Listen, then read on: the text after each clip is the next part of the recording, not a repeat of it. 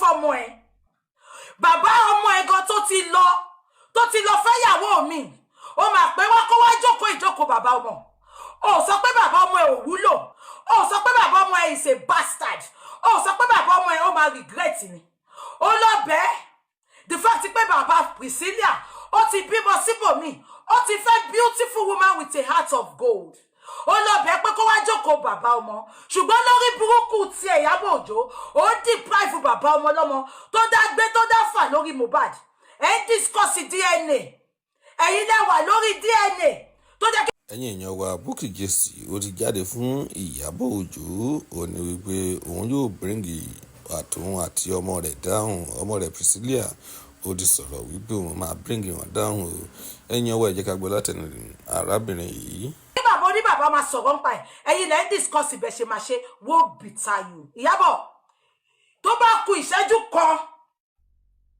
lórí gbogbo bó ṣe dáwọ́ justice for Mohbad Ìyábọ̀ ó lè máa wò pé ó ń dùn ó ń dán fún ẹ̀sìn ìgbẹ̀yìn lójú ṣùgbọ́n ìgbẹ̀yìn lójú ẹ̀san áké o gbogbo ẹ̀yin àṣẹ ìbàjẹ́ ẹ̀san máa ń bọ̀ ẹ jẹ́ ká máa gbọ́ lọ.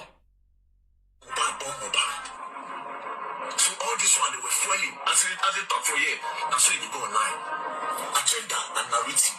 ẹ jẹ́ má gbàgbé pé ìgbà tí VDM béèrè lọ́wọ́ Ìyábọ̀ pé ta ló ń ju gbogbo narrative yẹn síta Ìyábọ̀ Òjó sọ fún VDM pé Priscilla ọmọ òun ló ń jù síta àjẹ́ bí ọmọ ẹni kó má bí àjẹ́ àti ìyá àtọmọ ló ń hùwà ibi abájọ tí ò rọ́kọ fẹ́ ní Nàìjíríà tó gba Tanzania lọ ó lè rọ́kọ fẹ́ gbogbo ìwà àbàjẹ́ gbogbo ìkà tí ìyá ẹ ti ṣe sí Nàìjíríà kò lè jẹ́ kó dúró Nàìjíríà òun lè ṣe lọ fún lórí burúkú tẹ lọ bá ṣí èrè ẹlẹ́nu gúgùn tó ṣe ẹnugun rangers tó ṣẹnu bíi ta sí àṣìírí olórí burúkú olórí pàjáwìrì tẹ lọ gbé wá Ìyábọ̀ wàá jìyà wàá jẹwé ìyá mo dé sí ẹ lọ́mù àṣàbí alọ́ṣẹ olórí burúkú apààyàn gbogbo èèyàn ló ń fòṣọlẹ̀ kú gbogbo èèyàn ló ń slum lọ́wọ́ ẹ̀ àṣàbí lójú ẹ̀ ń sìn ó máa rò bí pé mo ti gbàgbé ọ̀rẹ́ wìdáì orí ọ̀rẹ́ ni máa mọ̀ olórí burúkú ẹ ó fi àwọn ọmọ tó mọ eré ṣe ó fi wọ́n sílẹ̀ ó mọ̀ọ́mọ̀ lọ ṣàlejì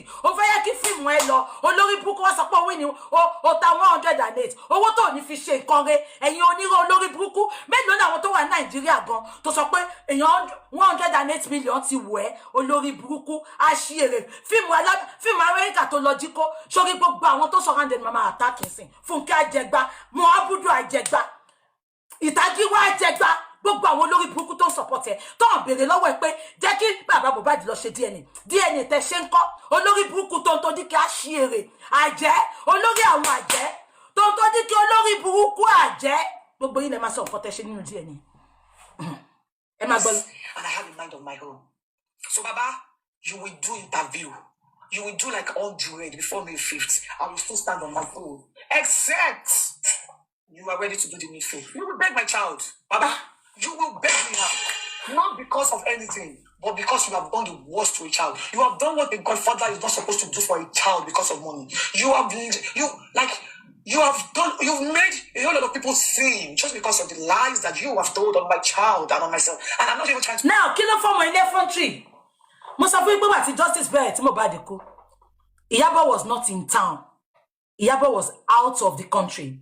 Priscilla àti Àṣànà ni ọ̀rẹ́ because Priscilla àti ọmọ Ìyábọ̀ ọkùnrin ọmọ ló ń fagbó nílé Naira Marley ṣe rántí tí Ìyábọ̀ sọ pé wọ́n ṣe forceful entries fún Priscilla tó sọ pé wọ́n force ọmọ òun náà ọkùnrin kò mú gbó ṣe rántí ibẹ̀ ni Àṣànà ti mọ Priscilla so Ìyábọ̀ ò mọ nǹkan tó ṣẹlẹ̀ ṣó ń gbọ́ ṣe rántí pé Ìyábọ̀ travel but Àṣànà lọ bá Priscilla ìgbà tí wàhálà yẹn ṣẹlẹ̀ ó ní kó bóun bá Ìyábọ̀ Òjó sọ̀rọ̀ kó wá gba òun ipe because àṣírí ti fẹ́ tú òun ló mú Ìyábọ̀ ìgbà tí VDM béèrè lọ́wọ́ ẹ̀ pé ta ló ń ju gbogbo irọ́ yẹn síta gbogbo fídíò tẹ́ ẹ manipulate public ta ló jù síta ṣe rántí Ìyábọ̀ sọ pé Priscilla Òjó òun ló ń ju gbogbo cut and join video yẹn síta ṣe rántí because Ìyábọ̀ Òjó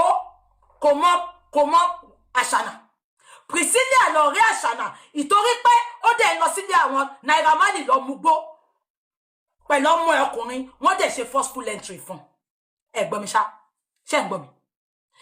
So Priscilla ló mú Àṣànà lọ bá Ìyábọ̀ Òjó. Ìyábọ̀ wá sọ fún pé kó má worry so far tóun bá máa gba percentage òun á dúró tì àbí kò yé yín. Òun ló mú wọn kọ́kọ́ sọ pé Naira Marley ló pa Mohbad. Ṣé rántí lórí pé VDM sọ pé bàbá ńlá irọ́ ní sẹ́yìn Naira Marley ò sí nílé wọ́n gbé ìwòwò VDM jáde. Ìyábọ̀ Òjó lórí burúkú tó máa silence ọkọ ọmọ ẹ̀ gbogbo ibi tó bá lọ́ máa silence ẹ̀ ni. Ìtorí pé VDM bọ́ta ó ń wá justice fún Mohbad. Ìyábọ̀ Òjó àti Gistlover wọ́n kọ́kọ́ ju ìwòwò ẹ̀ síta. Wọ́n fi pa wọn máa fi pa lẹ́nu mọ́ wọn ò rí pa lẹ́nu mọ́. Ṣé rántí gbogbo àtàkì tó fún èmi náà. Ìyá àbíkó lórí burúkú tó rò báwọn máa pa mí lẹ́nu mọ́ but kàkà kọ́ pa mí lẹ́nu mọ́ mo tún strong sí. Abẹ́ gbọ́ mi wọ́n ju ìwòwò síta wọ́n rí pé kò sọ̀rọ̀ wọ́n rí pé na VDM ò dákẹ́.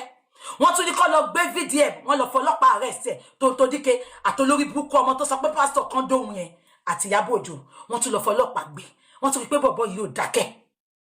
Abẹ́ gbọ́ mi so olórí burúkú ọmọ yẹn sì wá sọ pé òun ti ní confidence láti act movie ṣe actress nẹ́ni ṣebí tó rówó tó fún Ìyábọ̀ rówó dá padà ó dẹ̀ gbé sínú film láti fún ẹ ní confidence ẹ̀ òun ṣe actress.